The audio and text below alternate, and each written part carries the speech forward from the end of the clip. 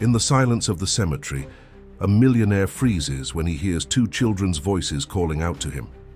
The children, sitting on his wife's grave, smile and say, "Daddy, have you come to get us?" Frightened, he takes them, unaware that he is about to open a door to a disturbing secret. When DNA testing confirms the truth, he realizes his biggest mistake has come back to haunt him. If this story interests you, don't forget to subscribe to our channel. Tell us which city you're watching us from and we'll keep going.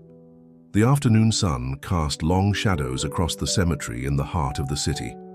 Alex Miller, a 45-year-old man impeccably dressed in a dark grey suit, walked steadily between the headstones. His face, lined with expressions that betrayed years of difficult decisions, remained impassive as he approached one grave in particular. Lena Miller, the inscription on the cold stone read, "Beloved wife and eternal companion."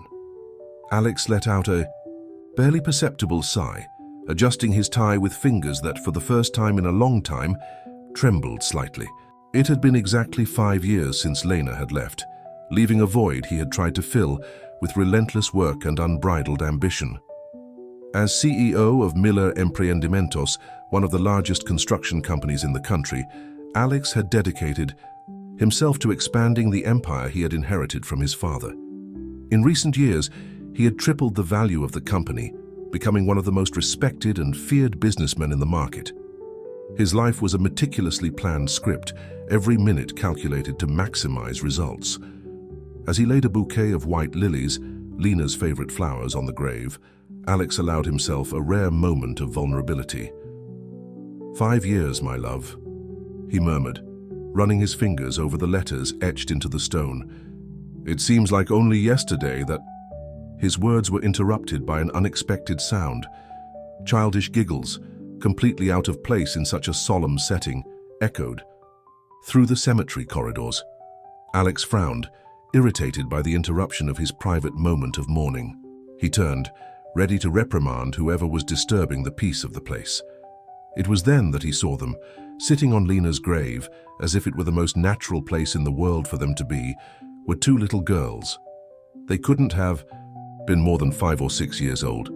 They were dressed in simple but clean clothes, flowery little dresses and worn-out slippers. Their dark hair was tied in messy braids, and their eyes— Alex felt the air leave his lungs. Those eyes, large, expressive, a shade of dark brown he knew all too well. They were the same eyes that stared back at him every morning in the mirror. Thilpai. Girls watched him with a mixture of curiosity and apprehension. In their small hands, they held a crumpled envelope, as if it were a talisman. Alex took a step toward them, his mind struggling to process the surreal scene before him. Then it happened. Children's voices, so out of place in that setting, broke the deafening silence. "Daddy." The word hit Alex like a punch to the gut. He stumbled back, bracing himself against a nearby tombstone to keep from falling. His gaze roamed over the children's faces, taking in every detail.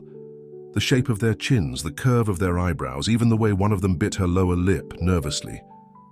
Everything about them screamed a truth he wasn't prepared to accept. This is impossible," he muttered, more to himself than to the girls. His mind raced, trying to find a logical explanation for what he was seeing. Was this a practical joke?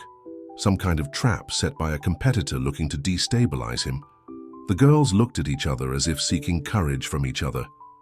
The one who seemed slightly older, or perhaps just braver, held the envelope toward her. "Mommy said to give this to you," she said, her voice shaking slightly. Alex picked up the envelope with hands that didn't seem to be his own. As he did, so his gaze caught a movement at the edge of his vision. Turning sharply, he saw her.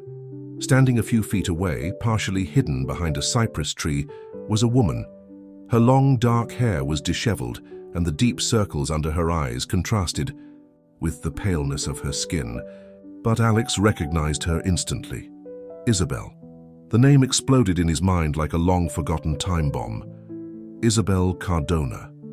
The woman he had loved and left more than 6 years ago when he met Lena. The woman he thought he had outgrown, relegated to a closed chapter of his life. Their eyes met for a brief moment. Alex saw in those eyes a mixture of emotions that left him dizzy. Guilt, fear, determination, and something else. Something he couldn't decipher.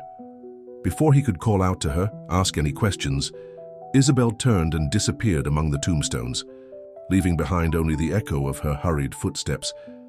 Alex turned his attention to the envelope in his hands. With trembling fingers, he opened it, pulling out a folded sheet of paper. The handwriting was unmistakable, the same one he had seen on love notes years ago, but the tone was completely different. The words, written with haste and emotion, seemed to leap off the paper. Alex, you never knew. When you left me for Lena, I was pregnant, twins. For years I've tried to raise our daughters alone, but I can't anymore. I have no money, no choice, you're all they have. I did what needed to be done, now the decision is yours. Isabel. The world around Alex seemed to fade away. The sound of the wind in the trees, the distant birdsong, all of it turned into a dull. He reread the letter once, twice, 3 times, as if the words might change if he stared at them long enough. Twins, his daughters. Daughters he never knew existed. Slowly he looked up from the letter to the girls. They watched him silently, their small faces a mixture of hope and fear. Alex felt something break inside him. His entire carefully constructed life, all the certainties he had about who he was and what he wanted, all seemed to be crumbling before his eyes. What are your names?" he asked, his voice hoarse and unrecognizable even to himself. The girls exchanged another look before answering. The bravest one spoke first. "I'm Sophia," she said, and then, pointing to her sister, added, "And this is Emma." Sophia and Emma, his daughters. The reality of the situation began to hit Alex like an avalanche. What was he going to do now? How could he simply incorporate 2 children into his perfectly organized life? And more importantly, how could he deny them the father they never had? In that moment, surrounded by the silent presence of the dead and confronted with a life he didn't even know he had created, Alex Miller felt, for the first time in years, that he had no control over anything at all.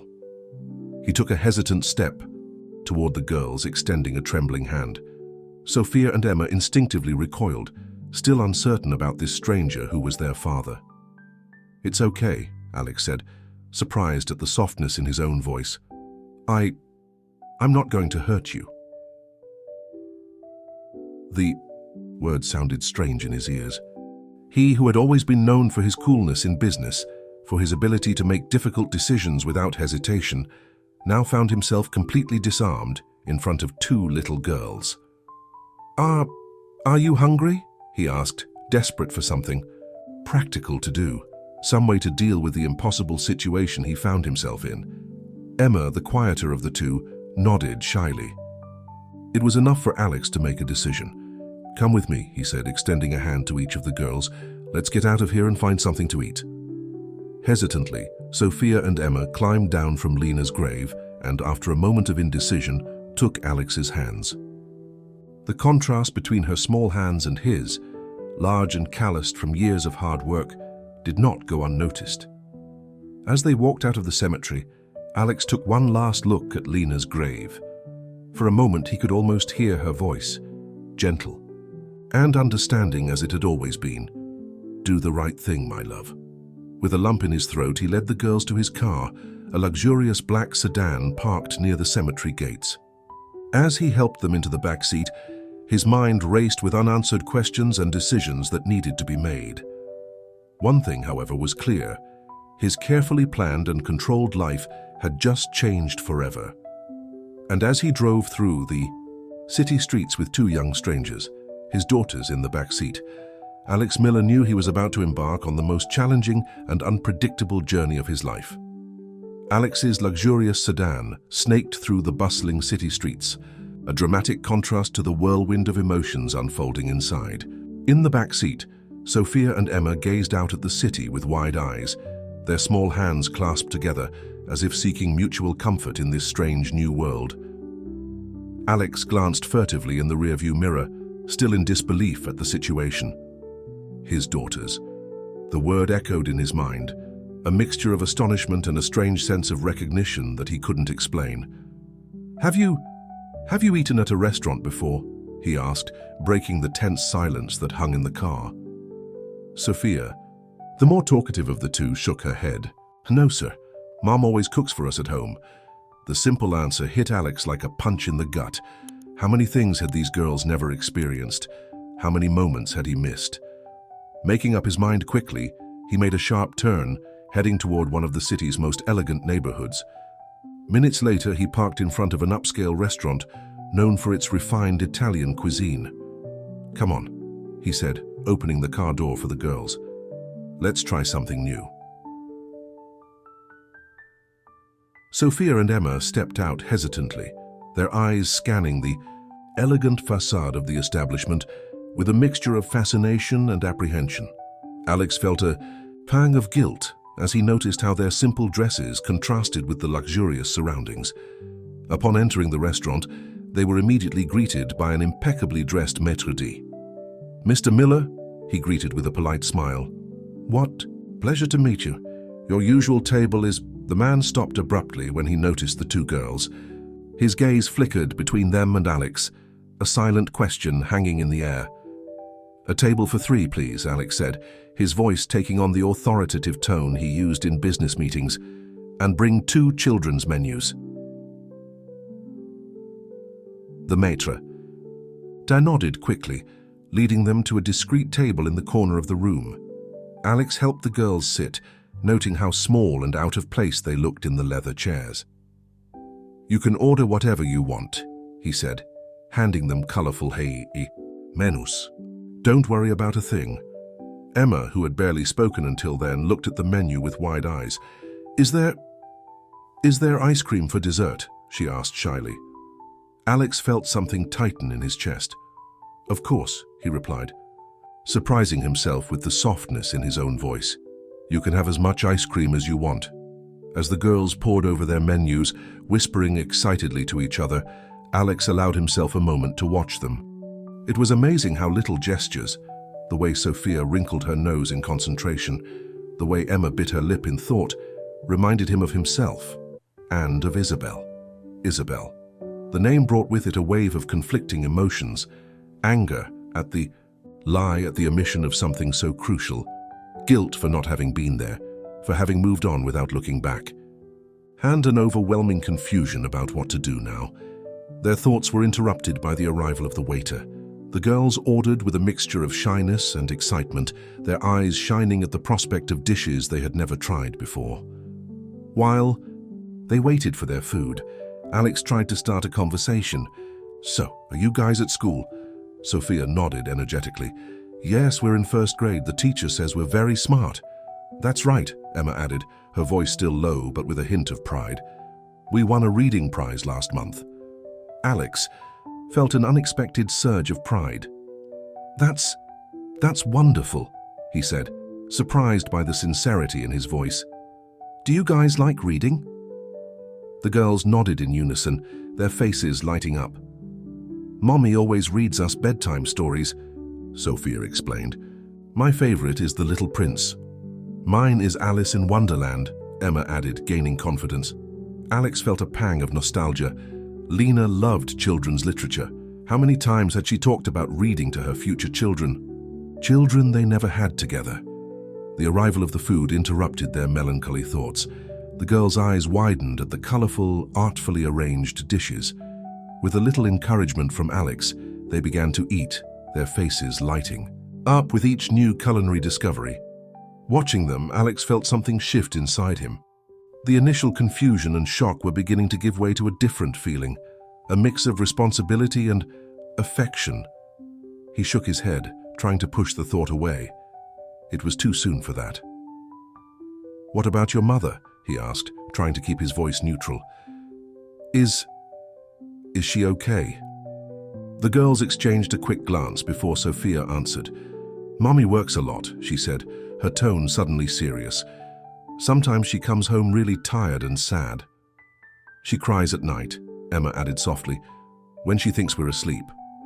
Alex felt something cold settle in his stomach.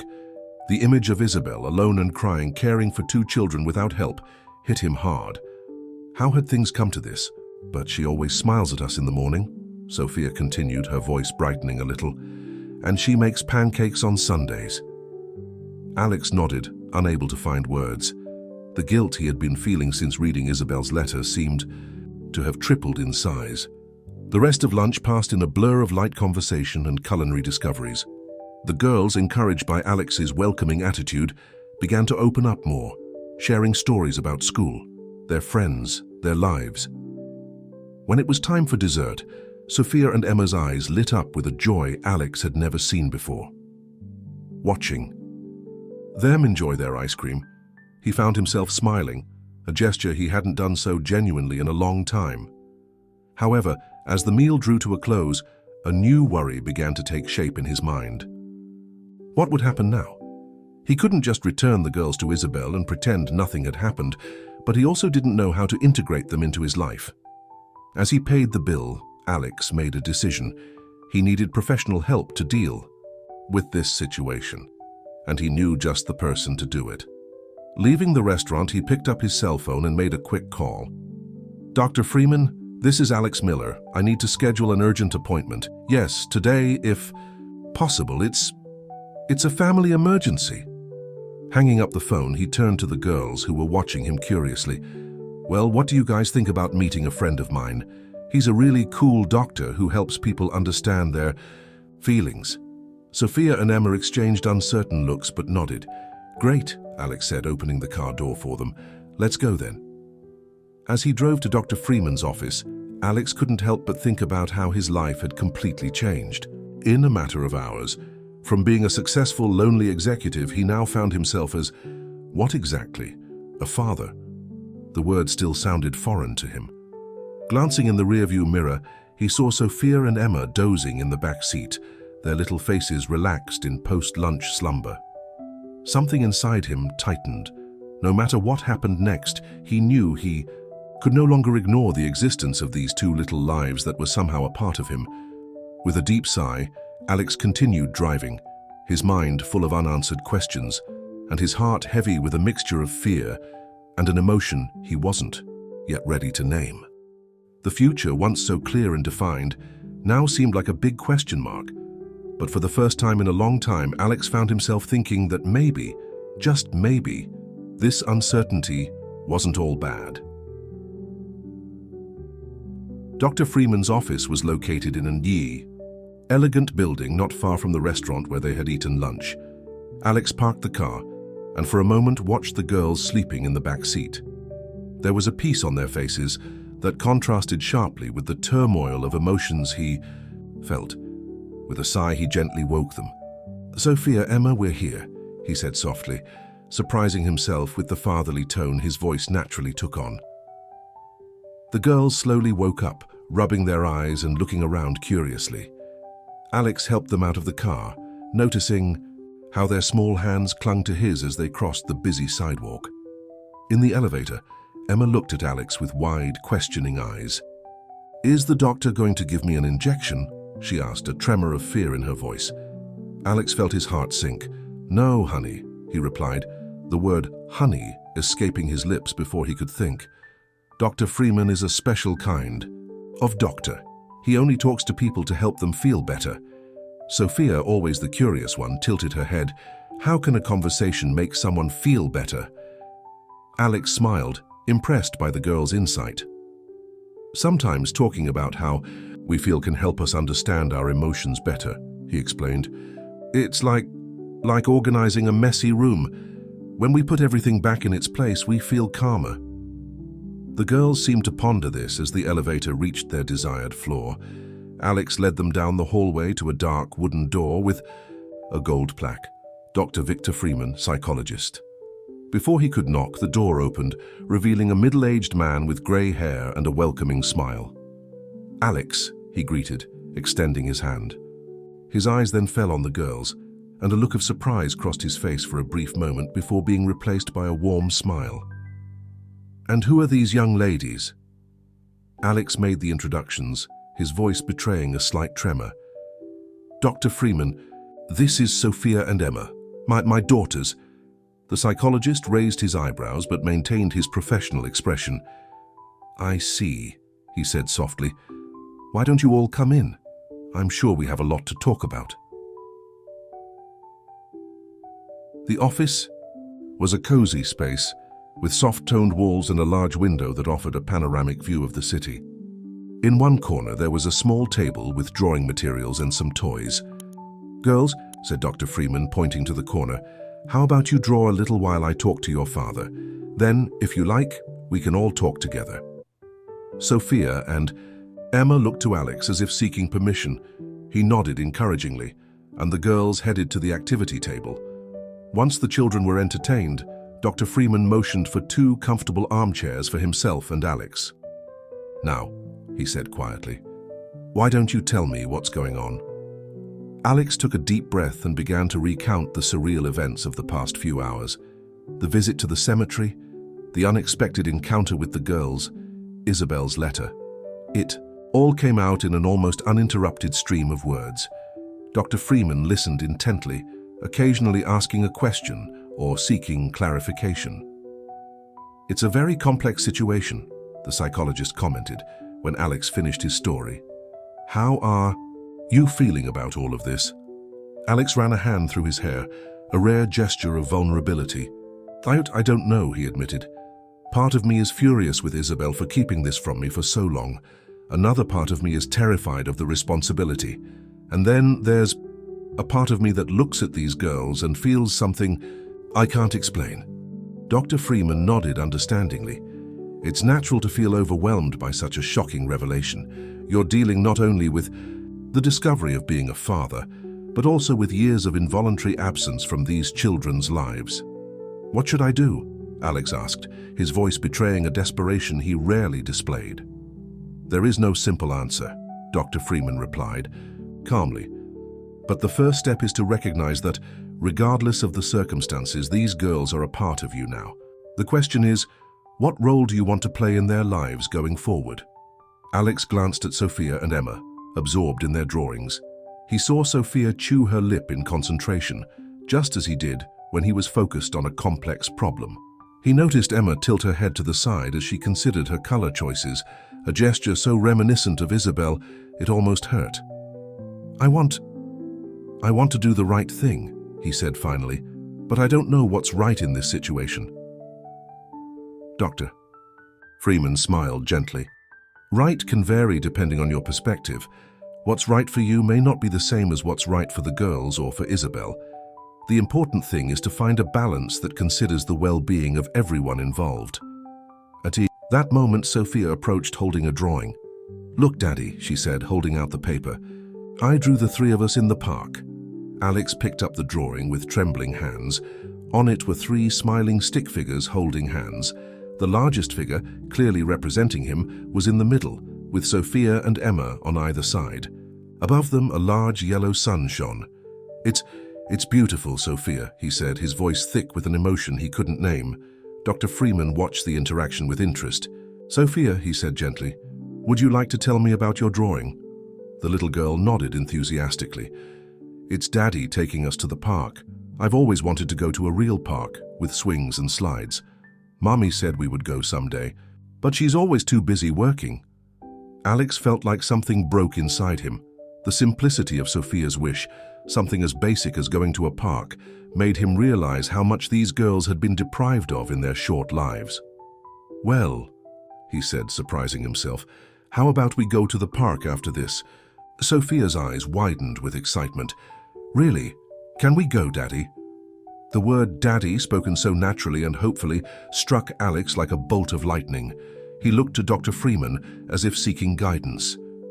The psychologist nodded encouragingly. That sounds like a great idea. Perhaps we can schedule another session soon to discuss how the experience went. Alex agreed, feeling simultaneously terrified and strangely excited at the prospect. As they prepared to leave, Emma approached timidly, holding out her own drawing. I drew our family, she said softly. The drawing showed 5 figures. Alex, Sophia, Emma, a woman who could only be Isabel, and Lena. Alex felt his throat close up as he saw the representation of his late wife, an angel hovering over them all. "It's perfect, Emma," he managed, pulling the girl into a hesitant. As they left the office, Alex felt as if he had undergone a transformation. The man who had come in confused, scared, and reluctant was not the same man who walked out now, holding the hands of two little girls who had somehow, in just a few hours, become the center of his world. "So which park are we going to?" Sophia asked excitedly as they entered the elevator. Alex smiled, feeling a wave of determination wash over him. "To the best park in town," he replied, "and afterward, maybe we can get ice cream." The girls cheered, their little faces lighting up with joy, and for the first time since he had found them in the cemetery, Alex felt that maybe, just maybe, he could do this. He could be the father these girls deserved. As they walked to the car, Alex made a silent promise to himself, Sophia, and Emma. He would do everything in his power to make up for the lost years and create a future filled with love, security, and, yes, lots of trips to the park. The afternoon sun bathed the city in a golden glow as they set off, a small newly formed family embarking on their first adventure together. And though the path ahead was uncertain and full of challenges, Alex felt for the first time in a long time that he was exactly where he was supposed to be. The park, a green lung in the heart of the city, was bustling with life on that sunny afternoon. Families strolled, young people played sports, and the air was filled with laughter and lively conversation. Amidst this scene, Alex Miller walked hand in hand with Sophia and Emma, feeling simultaneously out of place and strangely at home. Indri. Girls, with their eyes wide with enchantment, absorbed every detail of the park, as if they were in a magical world. For them, accustomed to the simple life and financial limitations imposed by Isabel's situation, Ibirapuera was indeed an enchanted kingdom. "Daddy, look, a real lake!" Sophia exclaimed, pointing to the mirror of water that reflected the blue sky. "Can we see the ducks up close?" Emma asked shyly, her eyes shining with anticipation. Alex felt his heart sink. Something as simple as seeing ducks on a lake was a first for his daughters. The realization of how much they had been deprived of in their short lives hit him with renewed force. "Of course we can," he replied, leading them toward the lake. "But remember, we can't feed them. It's better for their health to eat only what nature provides." They walked. Alex couldn't help but notice the curious looks they received. He, always impeccably dressed in expensive suits, was now walking hand in hand with two girls in simple clothes. The incongruity of the scene did not go unnoticed. When they reached the edge of the lake, Sophia and Emma marveled at the ducks, swimming lazily in the calm waters. Alex found himself explaining the different species of birds that inhabited the park, surprising himself with knowledge he didn't even know he had. "How do you know all this, Daddy?" Sophia asked, looking at him in awe. Alex hesitated for a moment. "Well, when I was younger, I used to come here to study. I learned a lot about the nature of the park back then." The truth was that Lena loved Ibirapuera Park. In the early years of their relationship, they would spend hours exploring the park together, dreaming about the future. Lena talked excitedly about bringing her future children there, teaching them about the trees, the birds, the importance of nature. Children they never got to have together. A lump formed in Alex's throat as he thought of Lena. What would she say if she could see this scene? Him, the man who had sworn never to open up emotionally again after her departure, now guiding two little girls, his daughters, through the same park they had loved so much. "Daddy, can we go to the swings now?" Emma's voice brought him back to the present. "Sure, let's go," he replied, grateful for the distraction from his melancholy thoughts. The playground was full of children, their screams of joy echoing through the air. Alex helped Sophia and Emma onto the swings, pushing them gently. The girls' laughter was contagious, and he found himself smiling too, a gesture he hadn't done so spontaneously in a long time.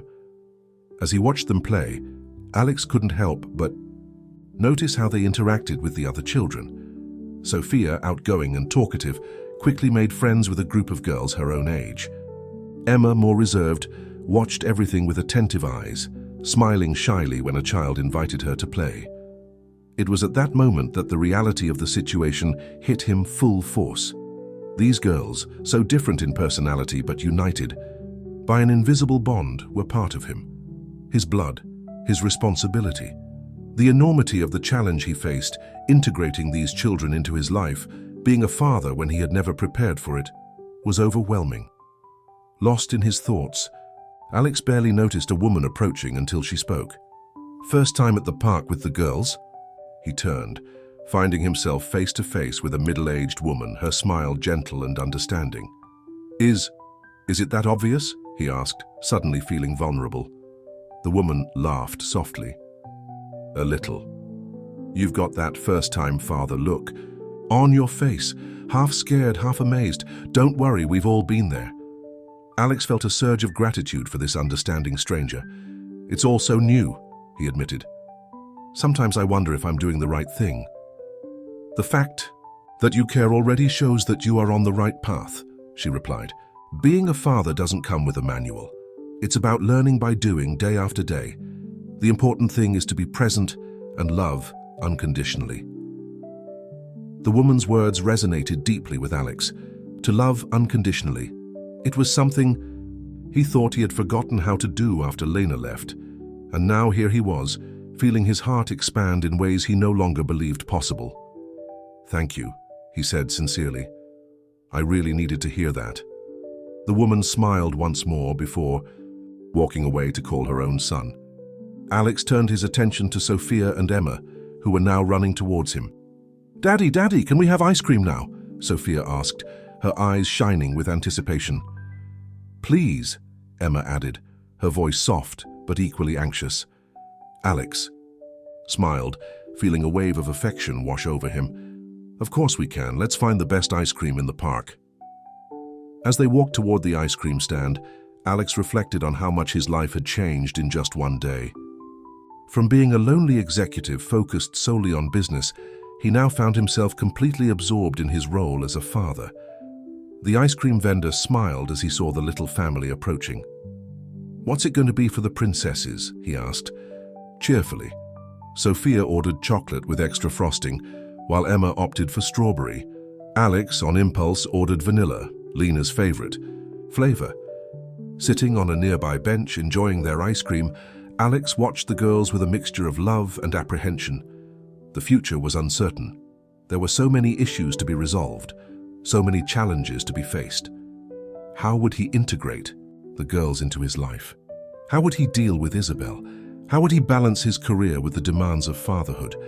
But in that moment, as the sun set on the horizon, painting the city sky in shades of pink and orange, Alex felt a certainty solidify in his heart. No matter what lay ahead, he would do everything possible and impossible for these girls. They were his future now, a chance at redemption, at love, at a life with purpose beyond business and financial success.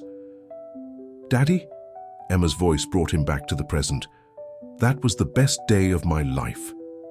Sophia nodded enthusiastically, agreeing with her sister. "Can we go back tomorrow?" Alex felt tears forming in the corners of his eyes. With a shaky smile, he pulled them both into a tight hug.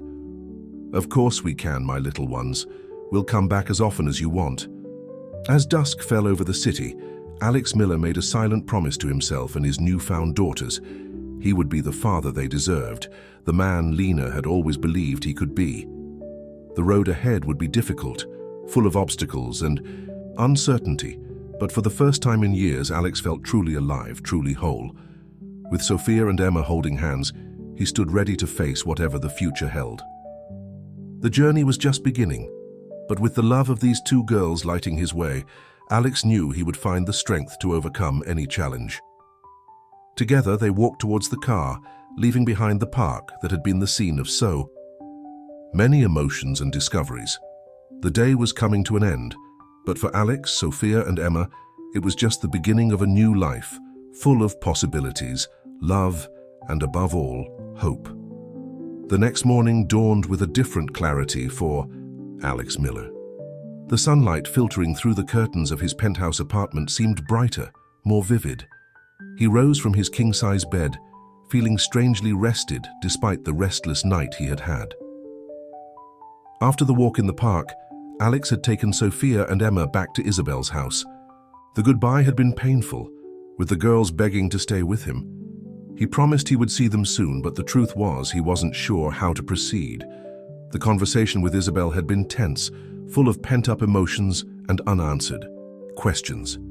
It was clear that a deeper discussion was needed, but not here, not now, not in front of the children. Now, standing in front of the bathroom mirror, Alex barely recognized the man staring back at him. His eyes, usually cold and calculating, had a different glint. Vulnerability? Fear? Hope? Maybe a mix of all of the above. His phone rang, bringing him back to reality. It was Marco, his brother and partner at Miller Enterprises. "Alex, where the hell are you? We have an investor meeting in half an hour." Marco's irritated voice abruptly reminded him of his responsibilities. For a moment, Alex hesitated. The life he had led until then, focused exclusively on business and financial success, now seemed so empty. I won't be able to go." "Marco," he replied, surprised by his own words. "What do you mean you can't go?" "Alex, this is the future of the company we're talking about. What could be more important than that?" Alex took a deep breath. It was time to face reality, not just with the world, but with his own family. "Marco, I need to tell you something. Can you come to my apartment? It's urgent and personal." There was a long silence on the other end of the line. When Marco finally spoke, his voice was thick with concern. "I'm on my way. I hope it's nothing serious." As he waited for his brother to arrive, Alex tried to organize his thoughts. How would he explain the situation? How would Marco react? Most importantly, how would he balance his new reality as a father with the demands of his professional life? The sound of the doorbell pulled him out of his musings. Marco entered the apartment like a hurricane, his face a mixture of irritation and concern. "Okay, Alex, what's going on? First you disappeared yesterday afternoon. Now you're missing the most important meeting of the month. This isn't like you." Alex gestured toward the couch, inviting his brother to sit down. With a deep sigh, he began to recount the events of the previous day. The visit to the cemetery, the unexpected encounter with the girls, Isabel's shocking revelation. As he spoke, he watched Marco's expression change from confusion to disbelief, and finally to a kind of resigned horror. "Oh my God, Alex," Marco muttered when he finished. This is crazy. Are you sure these kids are really yours? I'll do a DNA test to confirm, but Marco, you need to see them. They look like me, and the timing, it all fits." Marco stood up, pacing back and forth across the room. "Even if they're yours, you can't just drop everything and become a father overnight. Think about the company, about everything we've built." Alex felt a wave of irritation. "And you think I'm not thinking about that? But these girls, they're my daughters, Marco. I've lost 6 years of their lives. I can't just ignore them now." "And what do you intend to do? Bring them to live here? Leave the company? Alex, be rational." Marco's words hit Alex like a slap. Being rational. That's what he'd always been, wasn't it? The cold, calculating brother focused only on business and success. But now, "I don't know what I'm going to do," he admitted, his voice low. "But I know I can't go on like this. These girls need me." Marco stopped walking, looking at his brother with a mixture of exasperation and reluctant understanding. "Look, I understand this is a shock to you, but we can't let this affect the company. I suggest we hire a lawyer who specializes in family law. We'll handle this legally and in an organized manner." Alex nodded slowly. The suggestion made sense. It was practical, but something inside him rebelled against the idea of treating his newfound daughters as just another problem to be solved. "I'll hire a lawyer," he agreed. "But Marco, I need you to understand something. From now on, my daughters are my priority. The company is important, but what? Are you going to throw away years of hard work because of 2 children you barely know?" Marco's words, harsh and cold, hung in the air for a moment. Alex felt a wave of anger rise in his chest, but before he could respond, his phone rang again. It was an unknown number. "Hello? Mr. Miller, this is Rainbow High. We're calling about Sophia and Emma. Alex's heart raced. Did something happen to them? Not exactly, sir. It's just that, well, the girls didn't come to school today. We tried to contact their mother, but we couldn't, since you were listed as an emergency contact yesterday. Alex barely heard the rest of the conversation. His mind was in a whirlwind. The girls weren't at school. Isabel wasn't answering. What could have happened? I'll look into it right away. Thanks for letting me know, he replied mechanically before hanging up. Marco, who had noticed the change in his brother's expression, asked, "What happened?" "The girls, they didn't go to school today and no one can talk to Isabel." A heavy silence fell over the apartment. For a moment, the two brothers stared at each other, years of shared history passing between them in an instant. "Go, Marco," said finally, his voice surprisingly soft. "Go see what's going on. I'll take care of the meeting." Alex felt a wave of gratitude towards his brother. Without saying anything else, he grabbed his car keys and hurriedly left the apartment. As he drove through the busy city streets toward the suburb where Isabel lived, 1,000 scenarios ran through his head. What if something had happened? To the girls? What if Isabel had decided to run away with them? What if... He shook his head, trying to push away the negative thoughts. He needed to focus, to think rationally. But for the first time in his life, Alex Miller realized that some things were beyond reason. The fear he felt now, the worry for the daughters he barely knew, was something no amount of logic could explain or control. When he finally arrived at Isabel's address, his heart was pounding. The street was simple, with modest houses lined up on both sides. Isabel's house, a small 2-story building, seemed silent. Alex parked the car and ran to the front door. He knocked once, twice, 3 times, nothing. The silence was deafening. It was then that he heard it. A low, almost inaudible sound.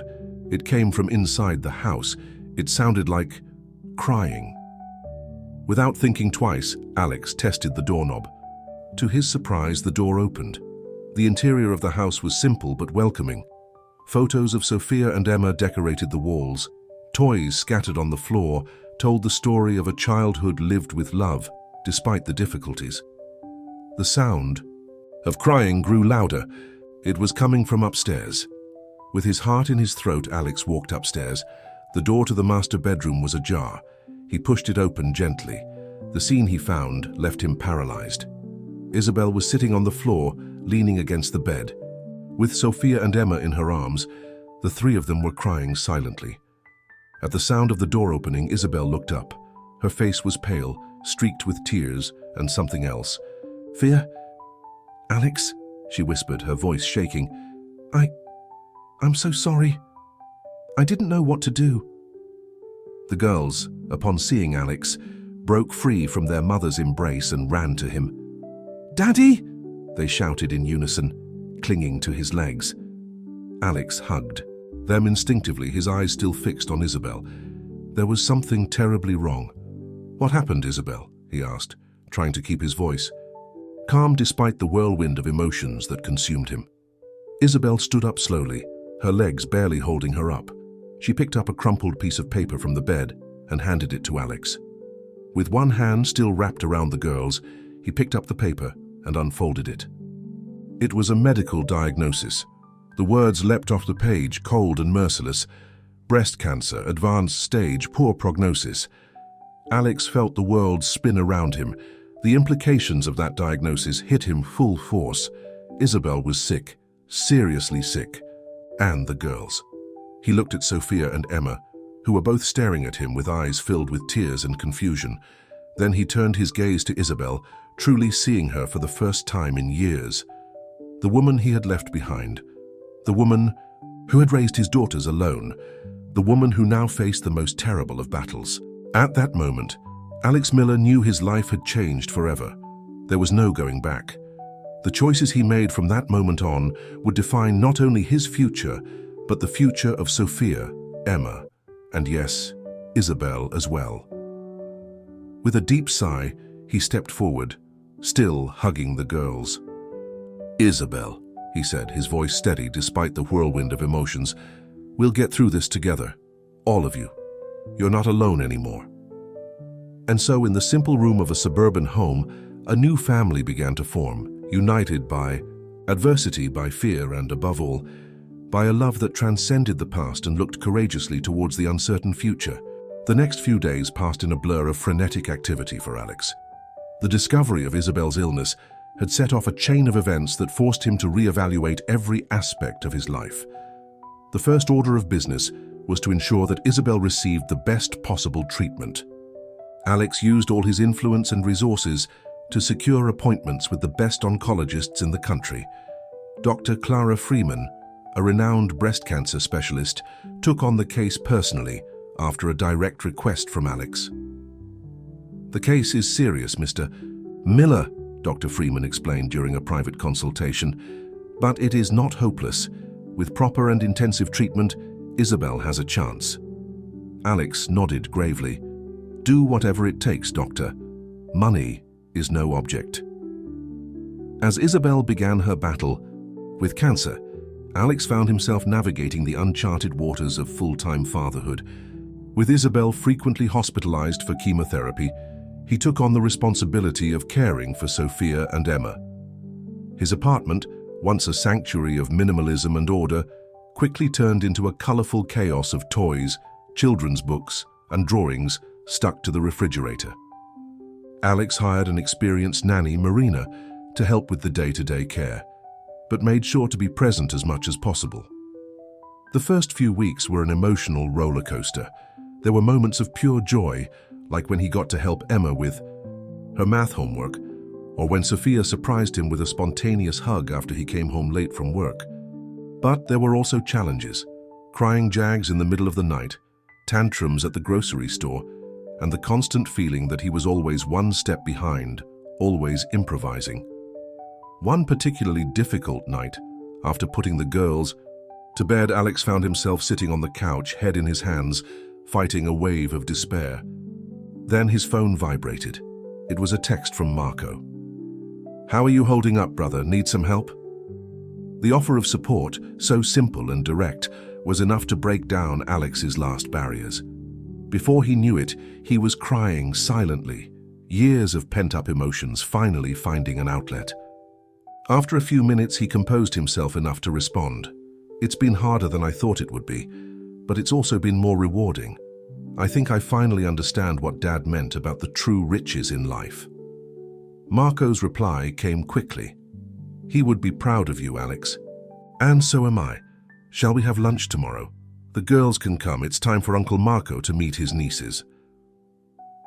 Lunch with Marco was a turning point. Seeing his brother, always so focused on business, making faces to make Emma laugh or listening intently to Sophia's fantastic stories, made Alex realize he was not alone in this journey. "You know," Marco said as the girls were distracted with dessert, "maybe it's time we rethink the structure of the company. You clearly have other priorities right now, and honestly, I think that's a good thing." Alex looked at his brother in surprise. "What do you mean?" "I've been thinking, what if we started a foundation? Something focused on supporting families affected by cancer, especially those with children. We could use our influence and resources to make a real difference in people's lives." The idea struck Alex like a bolt of lightning. It was perfect. A way to honor Isabel's struggle, create a positive legacy, and give Miller Enterprises a new purpose. "Marco, that's brilliant. Let's make it happen." In the weeks that followed between chemotherapy sessions with Isabel, meetings with lawyers to formalize joint custody of the girls, and nights spent helping with homework, Alex and Marco worked tirelessly to bring the Miller Foundation to life. The foundation's launch coincided with news that brought tears to everyone's eyes. Isabel's latest scan showed a positive response to treatment. The cancer was in remission. At the foundation's launch party, Alex took the stage, Sophia and Emma at his side, Isabel, pale but smiling, sitting in the front row, and Marco right behind him. "A few months ago," he began, his voice thick with emotion, "I thought I knew everything about success and fulfillment. I was wrong. True success is not measured by the amount of money in the bank or the size of your office. It is measured by the positive impact you have on the lives of others, by the love you give and receive, by the lives you touch. He paused, looking at his daughters, at Isabel, at his brother. This foundation was born from a personal journey of discovery and transformation. It was born from the courage of an incredible woman who fights every day against a terrible disease. It was born from the unconditional love of two girls who taught me more about life in a few months than I have learned in decades of business. Alex took a deep breath, feeling the weight of the moment. The Miller Foundation is here to make a difference, to support families facing cancer, to ensure that no child has to give up their childhood because of this disease, to give hope where before there was only despair. He turned to Sophia and Emma, extending his hands to them. My daughters taught me that love can blossom in the most unlikely circumstances.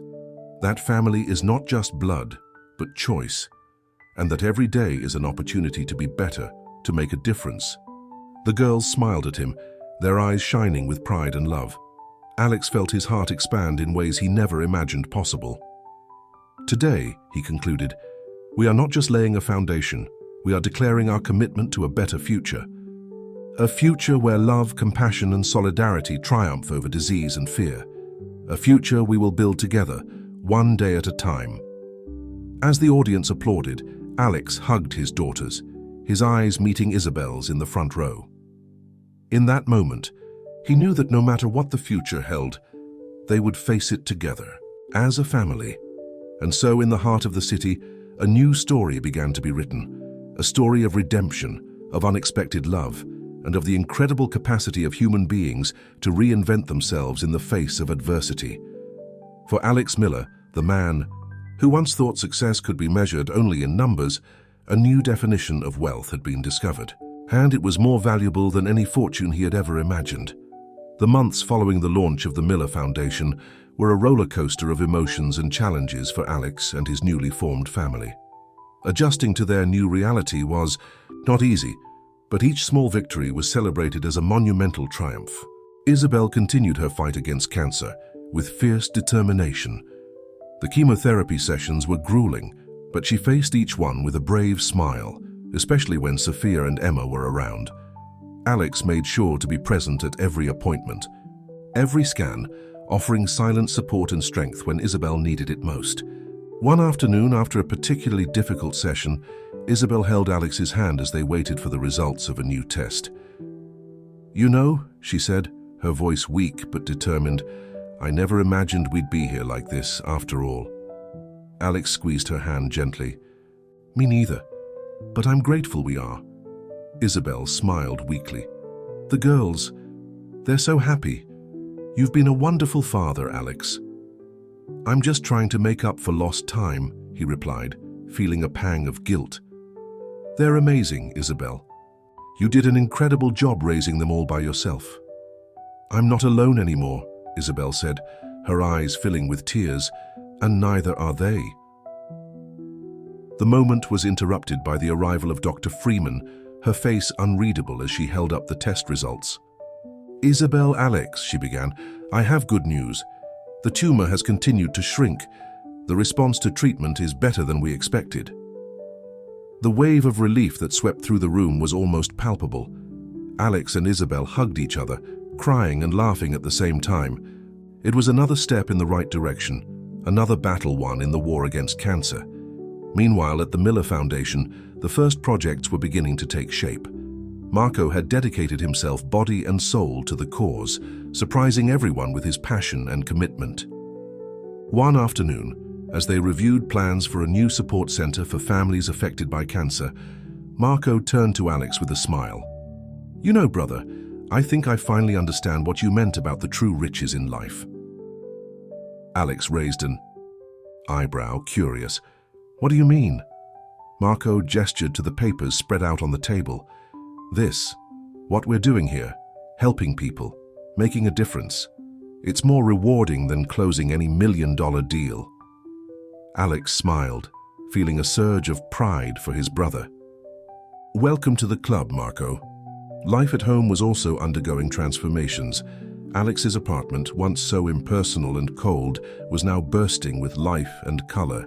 The previously empty walls were covered with drawings by the girls, family, photos and mementos of outings and special moments. One night, after putting Sophia and Emma to bed, Alex found himself standing in the hallway, looking into the girls' bedrooms. Sophia's room was a riot of vibrant colors, with shelves full of books and a small telescope by the window, a gift he had given her after discovering her fascination with astronomy. Emma's room, on the other hand, was more subdued, with pastel tones and a small bookshelf filled with plants, a reflection of her growing love of nature. It was at this moment that Alex felt the full weight of his transformation.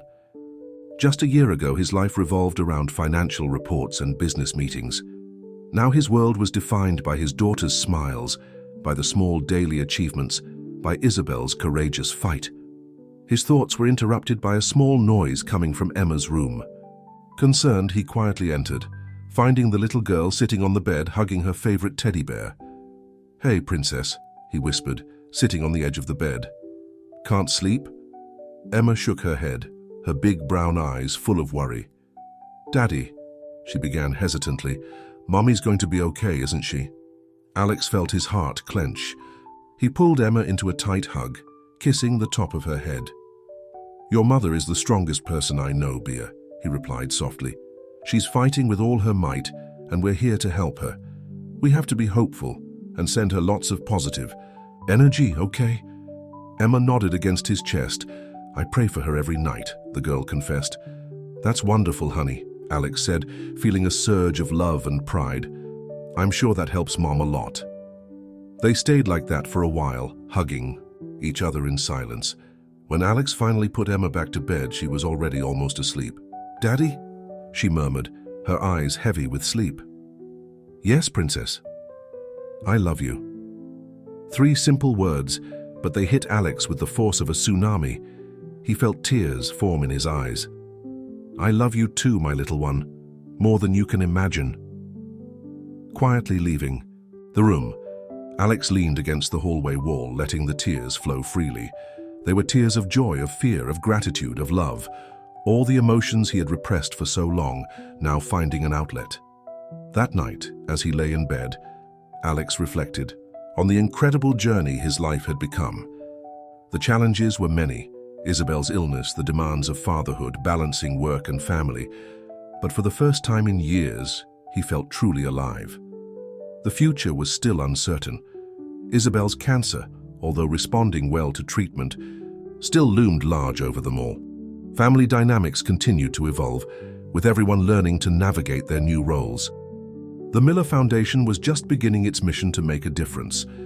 But Alex knew with a certainty that came from deep within his heart that he would face any challenge that came his way. Because now he had something to fight for, something bigger than himself. He had a family. As sleep finally enveloped him, Alex smiled. Tomorrow would be another day, a day filled with possibilities, with love, with challenges, and with growth, and he couldn't wait to see what it would bring. Summer has arrived in the city with unrelenting intensity, bringing with it not only scorching heat, but also a host of new challenges and developments for the Miller family. Alex woke up early on a Saturday morning, the sun already shining brightly through the curtains of his bedroom. He could hear the sound of laughter and low conversation coming from the kitchen. Sophia and Emma were already awake, probably plotting some adventure for the weekend. As Alex prepared to face the day, he reflected on the past few months. The Miller Foundation had grown beyond his initial expectations, quickly becoming a significant force in supporting families affected by cancer. Marco, to everyone's surprise, had proven to be a compassionate and visionary leader, bringing a renewed energy to the project. Isabel, for her part, continued her fight against cancer with fierce determination. The latest tests had been promising, showing a significant reduction in the tumor. However, the road ahead was still long and uncertain. Upon entering the kitchen, Alex was greeted by a double hug from Sophia and Emma. "Good morning, Daddy," the girls exclaimed in unison. "Good morning, my princesses," he replied, kissing the top of their heads. "What are you up to so early?" Sophia, ever the spokesperson, stepped forward with a twinkle in her eye. "We have an idea, Daddy, an idea to help Mommy and other people with cancer." Alex raised an eyebrow, intrigued. Really? And what's that idea? Emma, usually more shy, then said, "We want to do a hair donation campaign to make wigs for people who lose their hair because of chemotherapy." Alex felt his heart swell with pride. His daughters, so young, were already thinking of ways to help others. He knelt down to their level. "That's a wonderful idea, girls. I'm so proud of you. How did you think of that?" Sophia bit her lip, a habit she had inherited from Isabel. "Mommy was sad when her hair started falling out. We thought other people must be sad too. We want to help." Alex fought back the tears that threatened to form in his eyes. "You guys are amazing, you know that? We're going to make this happen. How about we call Uncle Marco and see how we can organize this campaign through the foundation?" The girls cheered, jumping for joy. Alex laughed, picking up the phone to call his brother. As he dialed, he couldn't help but think about how his daughters constantly surprised him with their compassion and maturity. Marco, as expected, was thrilled with the idea. "That's brilliant, Alex. We could do a big campaign, get celebrities involved, get media coverage. Imagine the impact we could have." The next few days were a whirlwind of activity. The Braid of Hope campaign, as Emma lovingly named it, quickly gained traction. Celebrities, influencers, and businesses rallied behind the cause, turning what started as a simple idea from two young girls into a nationwide movement. On the day of the official campaign launch, Alex found herself on stage once again, but this time Sophia and Emma took the lead. The girls, dressed in colorful t-shirts with the campaign logo, spoke with surprising eloquence about the importance of solidarity and how small gestures can make a big difference. Isabel, sitting in the front row, cried silently, a mixture of pride and emotion on her face. Beside her, Marco held her hand, offering silent support. When it was time for the first donations, Sophia and Emma climbed into the hairdresser's chair, ready to have their long locks cut. Alex felt his heart race, a mixture of pride and a pang, of sadness at seeing his little ones growing up so quickly. "Are you sure about this, girls?" he asked one last time. Sophia smiled, her eyes shining with determination. "Absolutely sure, Daddy. It's just hair, it'll grow back, and it could make someone very happy." Emma nodded in agreement. "Besides," she added with a shy smile, "now we're going to look like Mommy." The scissors cut in unison, and long ponytails fell to the floor. The audience erupted in applause, many with tears in their eyes. Alex hugged his daughters, feeling a wave of love and pride so intense it threatened to overflow. Later that evening, after the excitement of the day had died down, Alex found Isabel sitting alone in the garden of the hospital where she was receiving treatment. He joined her silently, offering her a cup of tea. "Thank you," she murmured, accepting the warm drink. "For everything." Alex shook his head. "No need to thank me. We're in this together, remember?" Isabel smiled weakly. "They're amazing, aren't they? So brave, so compassionate." "They take after their mother," Alex replied softly. Isabel laughed, a sound Alex realized he'd missed. "Oh, I don't know. I guess there's a lot of their father in them too, more than you realize." They were silent for a moment, watching the city's night sky. Finally, Isabel spoke again, her voice barely above a whisper. "Alex, if something happens to me—" "No," he interrupted firmly. "We're not going down that road. You're going to be fine. We're going to get through this together." Isabel placed a hand over his. "I know we'll fight with everything we've got, but we need to be realistic. If something happens, promise me you'll take care of them, that you'll love them enough for both of us." Alex felt the tears he'd been holding back all day finally spill over. "I promise," he said, his voice cracking, "but you have to promise me something too." "What?" "Promise me you'll fight with all your strength, that you won't give up, because those girls need you." I need you." Isabel stared at him, surprised. Then slowly a smile formed on her lips. "I promise." In that moment, beneath the starry city sky, something changed between them. A silent understanding, a renewed connection. They were no longer just former lovers thrown together by circumstance, but partners on a journey neither of them could have foreseen. As they walked back inside, Alex reflected on how far they had come. From a cold, calculating businessman, he had transformed into a loving father and passionate philanthropist. Isabel, always strong, had found new determination in her fight against cancer, and their daughters, Sophia and Emma, were growing up to be compassionate and courageous young women. The future was still uncertain, full of challenges and possible heartaches, but Alex knew with a certainty that came from the depths of his soul that they would face it all together, as a family. And this, he realized, was the greatest wealth he could have hoped to find. Autumn arrived in the city, bringing with it a change not only in the weather, but also in the dynamics of the Miller family. The golden leaves falling in the city parks seemed to reflect the transformations taking place in their lives. Alex was in his office at the Miller Foundation, reviewing the latest reports from the Braid of Hope campaign, when he received a call that would change everything once again. "Mr. Miller?" Dr. Freeman's voice came from the other end of the line, her tone professional, but with a note of urgency. "We need you to come to the hospital immediately. It's about Isabel." Alex's world seemed to freeze for a moment. Is she okay? "Please come as soon as possible. I will explain everything when I arrive." The drive to the hospital was a blur of anxiety and fear. Alex barely remembered warning Marco or driving through the busy city streets. His mind was filled with scenarios, each one worse than the last. Upon arriving at the hospital, he was immediately ushered into Dr. Freeman's office. Isabel was already there, sitting in a chair, her face a mask of suppressed emotions. "What's going on?" Alex asked, his voice shaking. Dr. Freeman took a deep breath before speaking. "We have the results of Isabel's latest tests," she began, her tone carefully neutral. "And, well, I'm not sure how to say this, but—" "I'm cured," Isabel interrupted, her voice barely above a whisper. Alex blinked, certain he had heard wrong. "What?" Dr. Freeman smiled, the first time Alex had seen her do so since they had started treatment. "The scans show no sign of the cancer. The response to the treatment has been, well, extraordinary. I've never seen anything like it in my entire career." Alex felt his legs go weak. He leaned against the wall, trying to process the information. "Cured?" he repeated, looking at Isabel. Are you really cured?" Isabel nodded, silent tears streaming down her face. "It seems so," she said, her voice choked with emotion. Without thinking, Alex crossed the room and wrapped Isabel in a tight hug.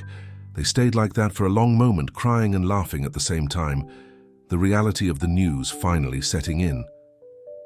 Dr. Freeman cleared her throat softly.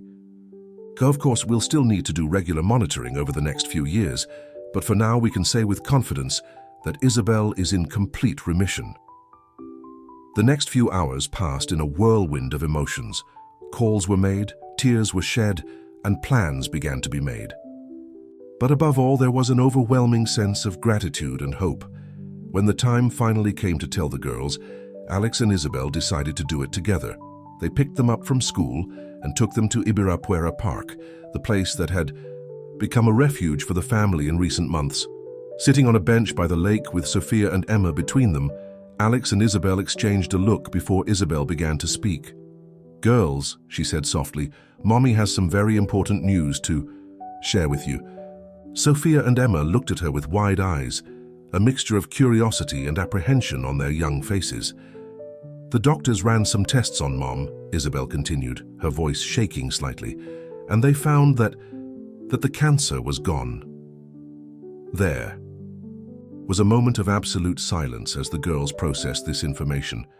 Then, like an explosion, they both began to speak at the same time, their voices filled with joy and disbelief. "Really, Mom? Are you really cured? Does this mean you don't need to go to the hospital anymore? Can we celebrate with ice cream?" Alex and Isabel laughed, pulling the girls into a group hug. For a long moment, they stood like that, a family united, celebrating life and the love that had brought them here. Later that night, after the girls had finally fallen asleep, exhausted from the excitement of the day, Alex found Isabel on the balcony of her apartment. She was looking out over the city, her face serene in the moonlight. "What are you thinking about?" he asked softly, joining her. Isabel smiled, a genuine smile that Alex realized he'd missed. "How unpredictable life is," she replied. "A year ago I was struggling to raise our daughters alone, hiding a secret that consumed me. Now I have a second chance at life and a family I never imagined I'd have." Alex nodded, understanding perfectly. "It's funny how things happen, isn't it? I thought I had everything under control, that business success was all that mattered. And then one day, my life was turned upside down. And I'm forever grateful for that." Dutton sat in silence for a moment, watching the city lights. Then, hesitantly, Alex reached out, intertwining his fingers with Isabel's. "Isabel," he began, his voice low but firm, "I know we've been through a lot, that we've made mistakes, that we've hurt each other. But these past few months, they've shown me what really matters in life. And what matters is family, it's love. It's being there for each other, through the good times and the bad." Isabel looked at him, her eyes shining with unshed tears. "Alex, let me finish, please," he said gently. "I know it may sound crazy, that it may be too soon, but life is too short to waste opportunities. Isabel, I want us to be a family, for real. You, me, the girls. I want to wake up every day by your side, face every challenge together, raise our daughters together. I want to try again. With us." Isabel was silent for a long moment, and Alex felt her heart race, fearing she had gone too far, too fast. But then slowly, a smile spread across her face. "You know," she said finally, "I never stopped loving you. Even when I was angry, even when I thought I hated you, deep down, I still loved you." Alex felt his heart expand. "So that's her, yes?" Isabel laughed, a sound that was music to Alex's ears. "That's a let's try, one day at a time, okay? We have a lot to rebuild, a lot to learn about each other again. But yes, Alex, we're going to be a family." That night, as the city slept around them, Alex and Isabel sealed their promise with a soft kiss. It was a new beginning, a second chance they were both determined not to waste. And so, beneath the starry city sky, a new chapter began for the Miller family. A chapter of hope, of renewed love and the promise of a bright future together. The battles were not over. There was still much to overcome, much to heal. But now they would face it all side by side. As a family, as it always should have been. 5. Years have passed since that night on the porch, when Alex and Isabel decided to give their love and family a new chance. Time has brought changes, challenges, and above all, growth for all the Millers. It was a sunny Sunday morning. The penthouse apartment, once a symbol of Alex's financial success, had been transformed into a welcoming home, full of life and memories. Alex woke up to the sound of laughter coming from the kitchen. He smiled, recognizing his daughter's voices mixed with Isabel's melodious laughter. He got up slowly, put on his robe and walked towards the sounds that filled his heart with joy. In the kitchen, he found a scene that never failed to warm him inside. Isabel, her hair now completely recovered and sprinkled with a few strands of gray, was making pancakes.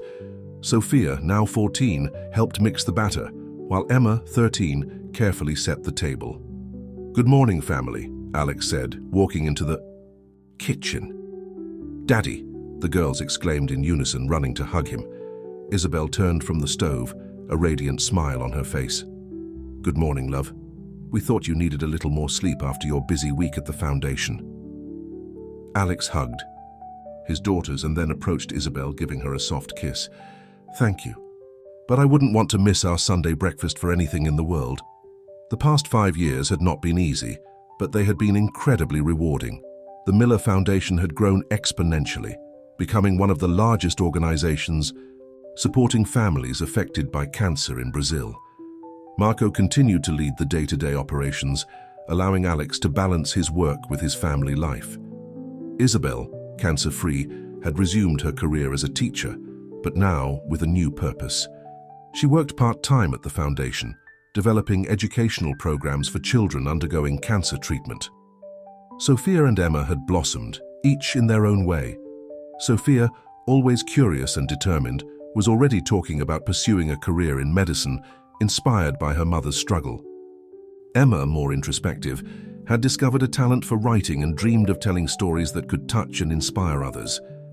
As the family sat down to breakfast, Alex couldn't help but reflect on the incredible journey that had brought them here.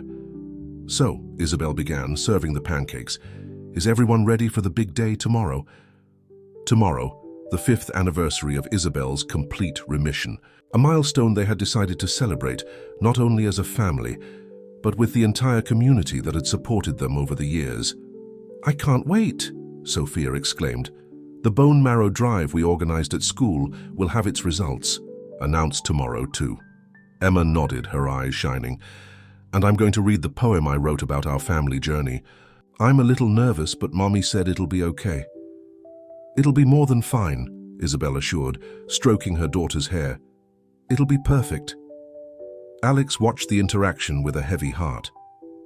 "You know," he said, catching everyone's attention, "sometimes I find myself thinking about how our lives have changed in the last few years, how close we came to losing it all." Isabel reached across the table, intertwining her fingers with his. "But we didn't lose. We're here, together. And that's what matters." "It's true," Alex agreed, "and that's why tomorrow is so important. It's not just about celebrating your health, Isabel. It's about celebrating second chances, new beginnings. It's about showing the world that with love and support, we can overcome even the most daunting challenges." The girls nodded solemnly, understanding the weight of their father's words. "And you know," Alex continued, a smile forming on his lips, "I think we have one more reason to celebrate." 3 pairs of curious eyes turned to him. "Well," he said, his smile widening, "I was going to wait to tell you this tomorrow during the event, but I think our family deserves to know first." He paused dramatically, savoring the anticipation on the faces of his wife and daughters. "The Miller Foundation has just received approval to open our first comprehensive cancer care clinic. A place where families can receive not only cutting-edge medical care, but also psychological, financial, and educational support, all in one location, at no cost to patients." The reaction was immediate. Screams of joy, hugs, tears of happiness. For several minutes, the kitchen was transformed into an improvised celebration. When the initial excitement had subsided, Isabel looked at Alex, her eyes shining with tears of pride and love. "You did it, love. You really are changing lives."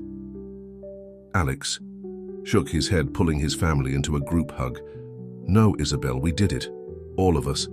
This family, our journey, that's what made it all possible." In that moment, surrounded by the love of his family, Alex Miller felt a peace and fulfillment he never would have imagined possible years ago. He had gone from a man focused solely on financial success to someone who was truly making a difference in the world. And best of all, he wasn't doing it alone. He had an incredible wife, 2 wonderful daughters, and a mission that gave him purpose in every day of his life. As the Sunday sun bathed the city in golden light, the Miller family continued their breakfast, talking excitedly about the future, about hope, about love, about the incredible journey that had brought them here, and the endless possibilities that still lay ahead. And Alex knew, with a certainty that came from deep within his soul, that no matter what the future held, they would face it together, as a family, as it always should have been.